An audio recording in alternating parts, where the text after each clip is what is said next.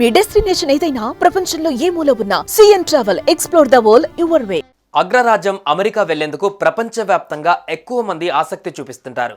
న్యాయపరంగా వెళ్లే వాళ్ళు కొందరైతే అక్రమ మార్గంలో అయినా సరే అక్కడికి వెళ్ళిపోయి సెటిల్ అవ్వాలని మరికొంతమంది చూస్తుంటారు. అలాంటి వాళ్లను అక్రమంగా అమెరికా పంపించేందుకు పలు ఏజెంట్ సంస్థలు కూడా పనిచేస్తున్నాయి. అయితే తాజాగా 230 మంది భారతీయులను అక్రమంగా అమెరికాకు పంపించే యత్నం చేయగా వాళ్ళు యుఏఈలో పట్టుబడ్డారు.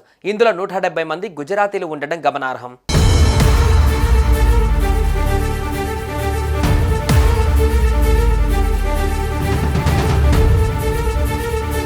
అమెరికాలోకి అక్రమంగా ప్రవేశించేందుకు పలు ఏజెంట్ సంస్థలు పెద్ద మొత్తంలో వ్యక్తుల నుంచి డబ్బులు తీసుకున్నారు. బ్రెజిల్ నుంచి రోడ్డు మార్గంలో మెక్సికో సరిహద్దు ద్వారా అక్రమంగా యుఎస్లోకి ప్రవేశించేందుకు ఏజెంట్లు అన్ని ఏర్పాట్లు చేశారు. అయితే డిసెంబర్ 11వ తేదీన దుబాయ్ నుంచి వీరంతా బయలుదేరాల్సి ఉండగా చార్టర్డ్ ఫ్లైట్ బుక్ చేసేందుకు ఏజెంట్లు 230 మంది నుంచి 3 కోట్లు సేకరించారు. అయితే మెక్సికో యుఎస్ సరిహద్దులో ప్రస్తుతం ఆందోళనలు కొనసాగుతుండగా డిసెంబర్ 20వ తేదీకి ఫ్లైట్ను రీషెడ్యూల్ చేశారు.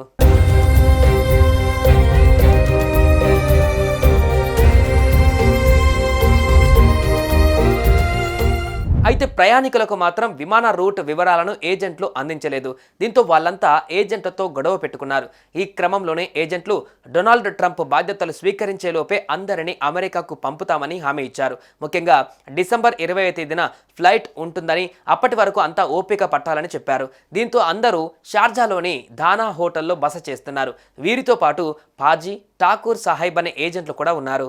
యుఏఈలోని అధికారులు సాధారణ తనిఖీలు చేస్తుండగా వీరంతా దొరికిపోయారు. మొత్తం 230 మంది అక్రమంగా అమెరికా వెళ్లేందుకు ప్రయత్నిస్తున్నట్లు గుర్తించి దర్యాప్తు చేపట్టారు. ఈ క్రమంలోనే సమీర్, ధవల్, హస్ముఖ్తో పాటు అనేక మంది ఏజెంట్లకు దీనితో సంబంధాలు ఉన్నట్లు తెలుసుకున్నారు. 2023 డిసెంబర్ 26వ తేదీన కూడా 260 మంది భారతీయులు అక్రమంగా యుఎస్కు వెళ్లేందుకు ప్రయత్నించగా ఫ్రాన్స్లో చిక్కుకుపోయారు. 4 రోజుల తర్వాత తిరిగి వారంతా ముంబై చేరుకున్నారు. అయితే ఇందులో కూడా 66 మంది గుజరాతీలు ఉండడం గమనార్హం.